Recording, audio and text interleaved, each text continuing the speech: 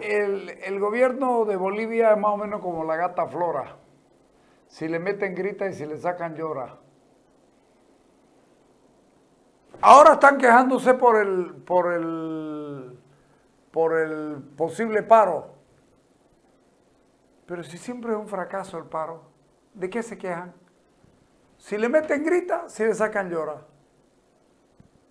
Eso es el gobierno.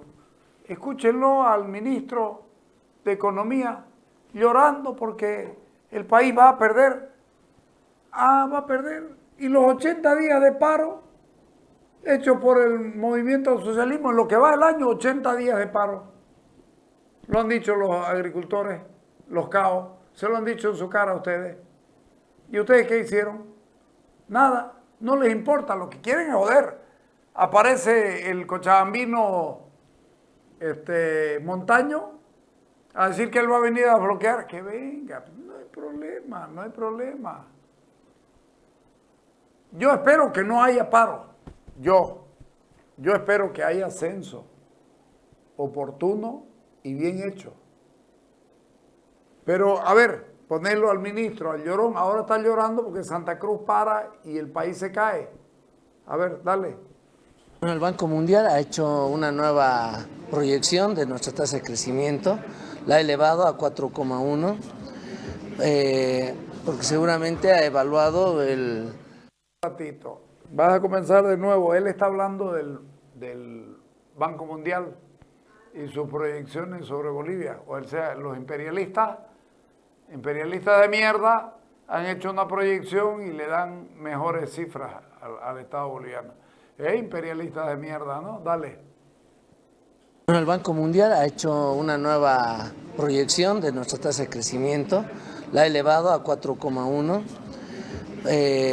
porque seguramente ha evaluado el funcionamiento de la economía, de la producción y de que hay un ambiente de estabilidad en los precios, ¿no? Si una economía no tiene estabilidad de precios, la producción no puede seguir aumentando, entonces, de manera sistemática. Entonces, estos son elementos que ha valorado seguramente el Banco Mundial, pero nosotros mantenemos nuestra perspectiva de proyección de crecimiento del 5,1.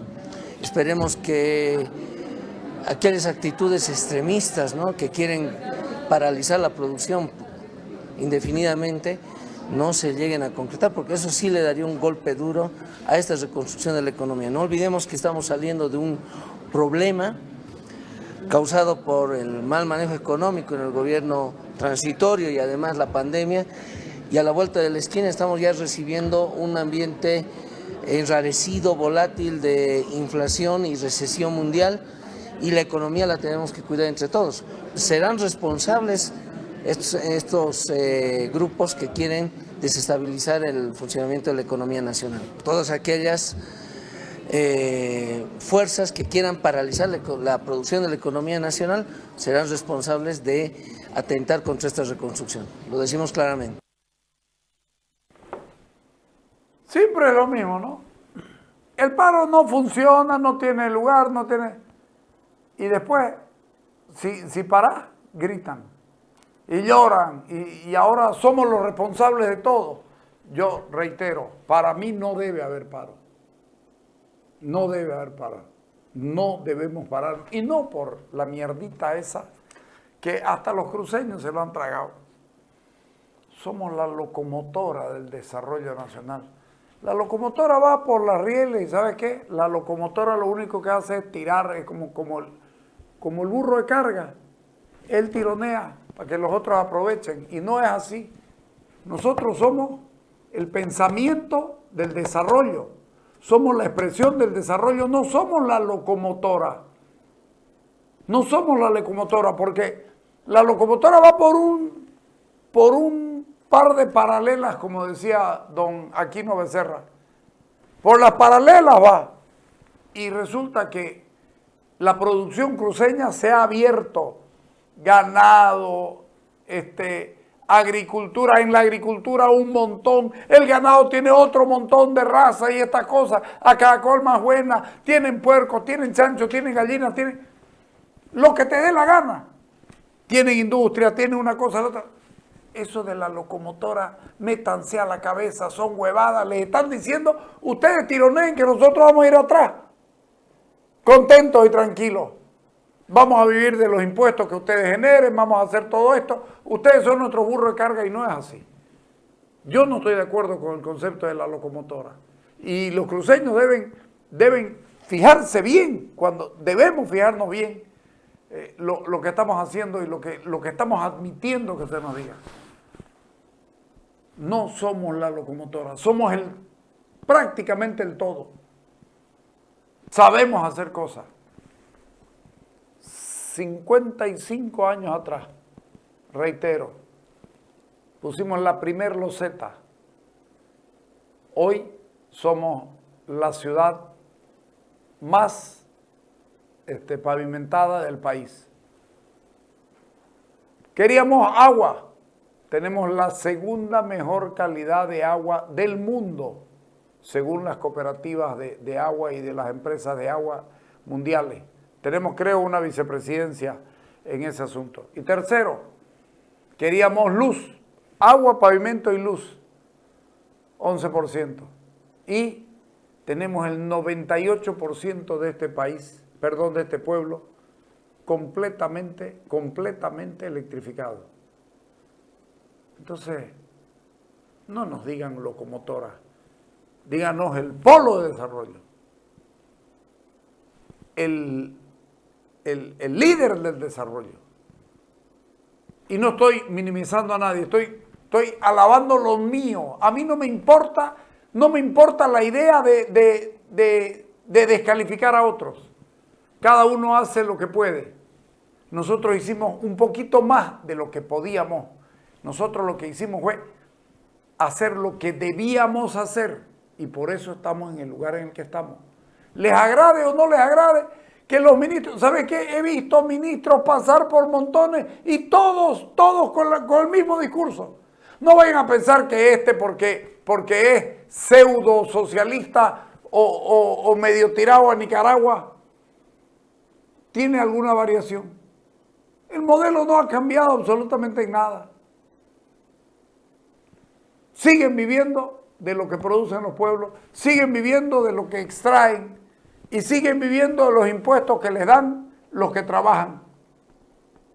Así es, no hay ninguna variación con ninguno de los gobiernos.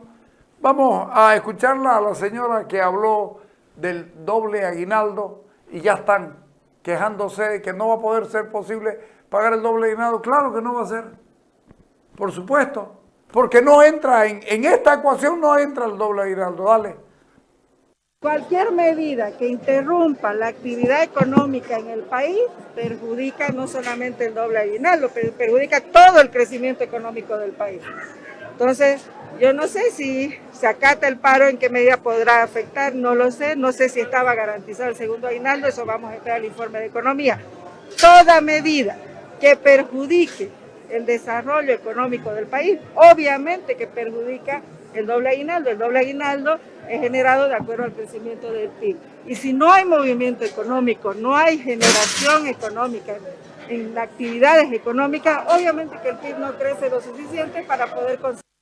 Agradecemos a nuestro amigo Jorge Arias que nos permite usar sus imágenes. Para que el doble aguinaldo exista, tiene que llegar el crecimiento al 4% en promedio de los 4 trimestres que toman en cuenta para el pago del doble aguinaldo. Y hay que crecer 4.5. Tercer trimestre 2021, 8.01 valor. Crecimiento cuarto trimestre de 2021, 0.23. Crecimiento primer trimestre de 2022, 3.97. Crecimiento promedio segundo trimestre del trimestre, sí, el 3.75. O sea, Janiwa dice, ¿no, Walter? Janiwa, no vas a poder, no vas a poder. Es una excusa para que la gente siga volcándose contra Santa Cruz. Pero no le den bola, ellos son así. Vamos con don Waldo López hablando de crecimiento económico y hablando de todas estas cosas. Dale. La aseveración del ministro de que se puede llegar al 5% dependiendo del paro no es correcta en el sentido estricto de la palabra, ¿no? ¿Por qué? Porque ya estamos en octubre y lo que se ha hecho, dado a conocer por el INE, el PIB del primer trimestre es 3.9%. Y eso era de enero, febrero y marzo, el primer trimestre.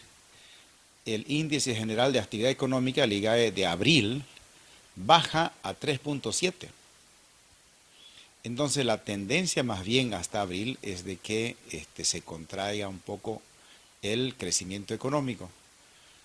Según el calendario del INE, el 14 de este mes se va a dar a conocer el PIB del segundo trimestre y con eso quedaría claro si se va a dar o no el segundo aguinaldo. Pero si el segundo trimestre se llega a un crecimiento del 4,5, es posible que se pueda dar.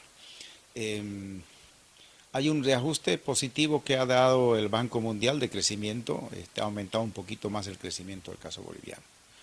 Pero el 5% está muy lejos en mi criterio. Es muy difícil que se llegue, no solo por la cuestión de la posibilidad del paro de Santa Cruz, sino de que el gobierno mismo no ha logrado sus metas de ejecución de inversión porque no ha encontrado el financiamiento para eso. La deuda interna ha crecido porque la deuda externa no ha podido encontrar canales de endeudamiento externo.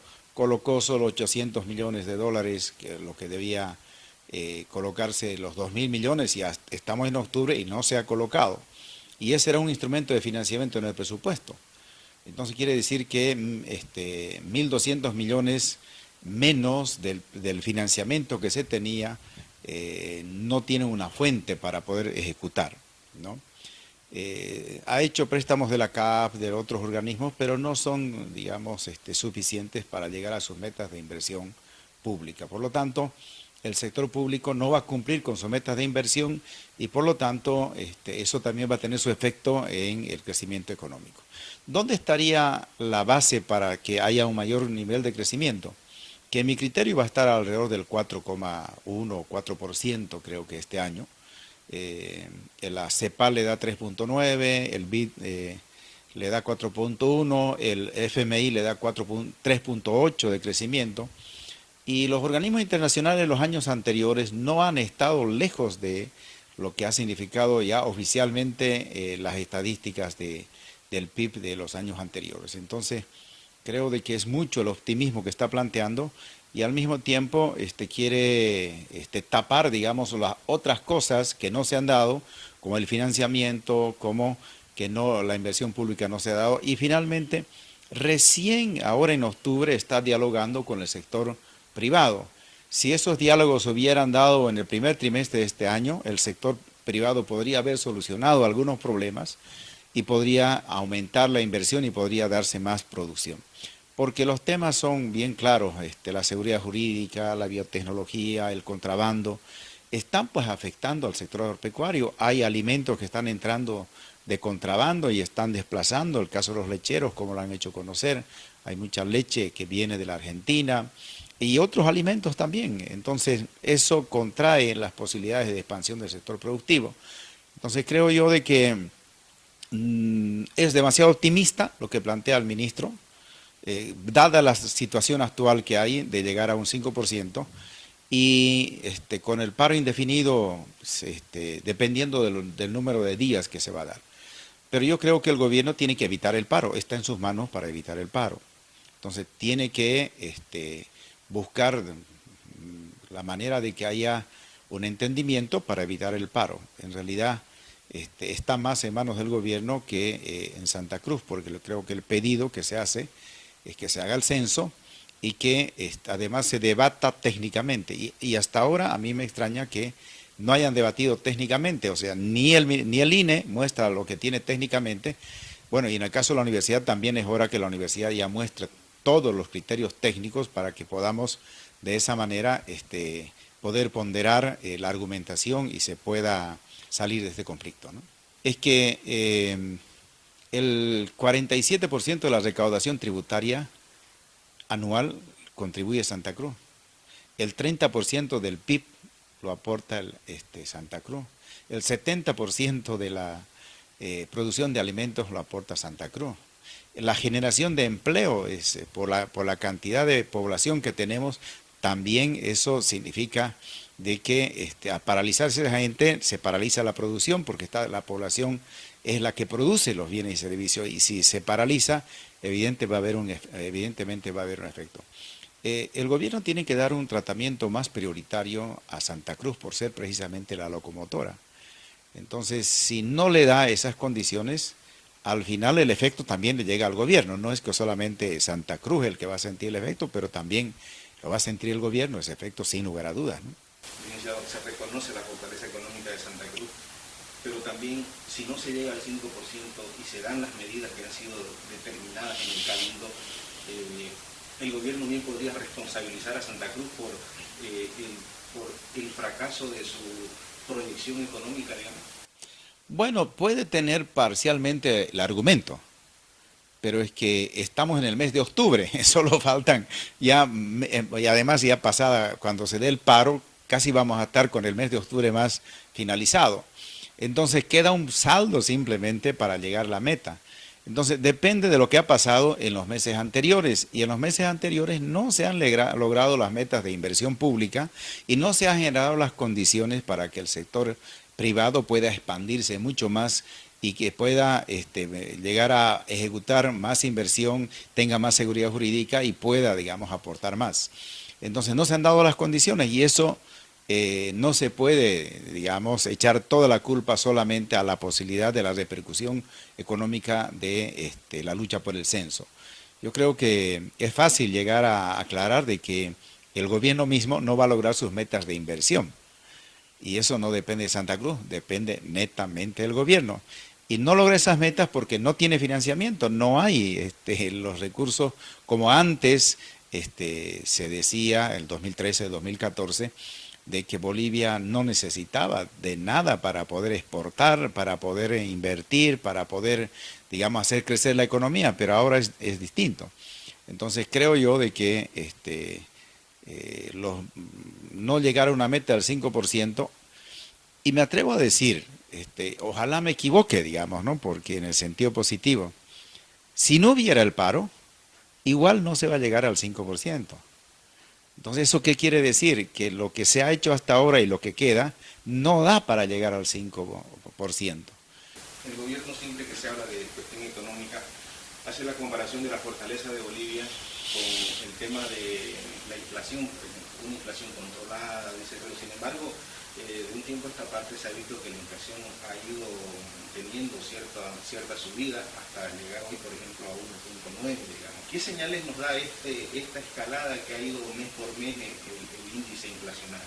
Bueno, comparativamente hay que también en eso ser objetivos, ¿no? 70% en la Argentina la inflación y nosotros no llegando ni al 2%, obviamente que significa una fortaleza para el caso boliviano. Si vemos a Chile, Perú, están con 2 dígitos de inflación, o sea, algunos están llegando al 12%, entonces que no se haya llegado todavía al 2% significa evidentemente una fortaleza. Pero vean ustedes, y el gobierno tiene que también en esto pensar, quien contribuye determinantemente para que no haya inflación es Santa Cruz con la producción alimentaria.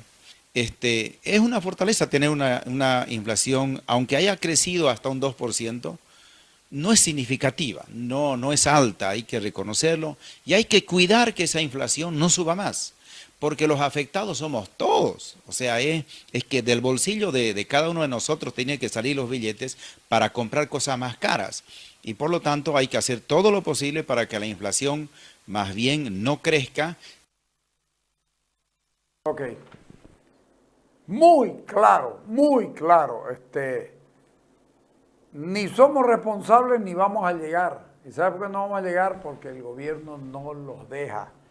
El valor del sector privado lo ha destacado claramente Waldo López. El gobierno es un lastre, es un freno para que crezca el sector privado y para que crezca la economía del país. Si no es extractivo, están jodidos. Entonces, se acaban los discursitos. Ponelo a la nota de Teófilo, por favor. Bueno, en primer lugar hay dos aspectos. El primero, el ministro y el gobierno está reconociendo la capacidad productiva de Santa Cruz, ¿no? Usted sabe de que el 74% de los alimentos que comen los bolivianos se producen en Santa Cruz, y creo que ese es un reconocimiento tácito que hace el gobierno.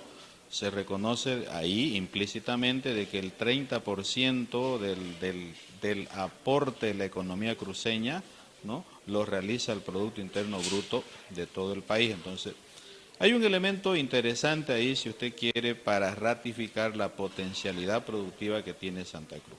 Pero el otro elemento que nosotros creemos que ese es el argumento que va a utilizar es que va a tratar de posicionar en la opinión pública de que si es que se realiza este paro indefinido, ¿no?, de que por culpa de Santa Cruz no se va a pagar el doble aguinaldo este año. Esa es la otra probabilidad y esa es la más viable, conociendo, digamos, cómo se actúa desde el Poder Ejecutivo.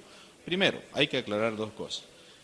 Si bien es cierto, el ministro dice que las probabilidades de crecimiento de la economía este año sean del 5%, pero ese crecimiento que habla el ministro es desde el 1 de enero del año 2022 al 31 de diciembre de este año 2022. La metodología para el pago del doble aguinaldo es otra. La metodología para el pago del doble aguinaldo abarca el crecimiento que haya tenido la economía boliviana en el segundo trimestre del año 2021 al segundo trimestre del año 2022. O sea, más sencillo, si el crecimiento de la economía boliviana entre el 1 de julio del 2021 al 30 de junio del 2022, ¿no?, es mayor al 4,5%, ahí, digamos, corresponde el doble aguinaldo con forma normativa. Las proyecciones nos están mostrando que al 30 de junio de este año el crecimiento anualizado apenas va a llegar al 4%, que está entre 3,99% a 4,1%, que estaría muy por debajo de la metodología que establece el gobierno. Entonces, conclusión, este año 2022 no hay doble aguinaldo. Y si es que se quiere justificar de que fruto del paro indefinido de Santa Cruz, ¿no?, va a ser el ocasionante que no se pague el doble aguinaldo, eso es harina de otro costal, porque el paro, si es que se realiza, se llevaría a cabo a partir del 22 de octubre del 2022, y el 22 de octubre está muy lejano al 30 de junio, o sea, el 30 de junio ya pasó. Entonces eso hay que tenerlo en cuenta para considerar en lo posterior y no salgan tergiversando, ¿no es cierto?, las realidades, aprovechando muchas veces la desinformación en la que está envuelta la gente. El Banco Mundial ha dicho que el crecimiento este año ha mejorado su posición, ha dicho que el crecimiento este año 2022 sería 4,1%, y ese crecimiento que dice el Banco Mundial es entre el 1 de enero hasta el 31 de diciembre del 2022, o sea, cifras van, cifras vienen, ¿no? De todas maneras, a pesar de todo, el único que cuantifica eso y el único que sabe eso es el Instituto Nacional de Estadística, y habría que esperar, ¿no es cierto?, que ellos nos den la información oficial. Pero en resumen, estimado amigo, el 2022 no hay doble aguinaldo, si es que se mantienen los criterios técnicos sobre los cuales el INE ha trabajado en la metodología. Muy bien, Teófilo. Me quedo yo siempre cuando hablan de esto, de ese 4,1%, ¿cuánto es el aporte cruceño? Sería bueno saberlo, ¿no? ¿Ah? Vamos al corte.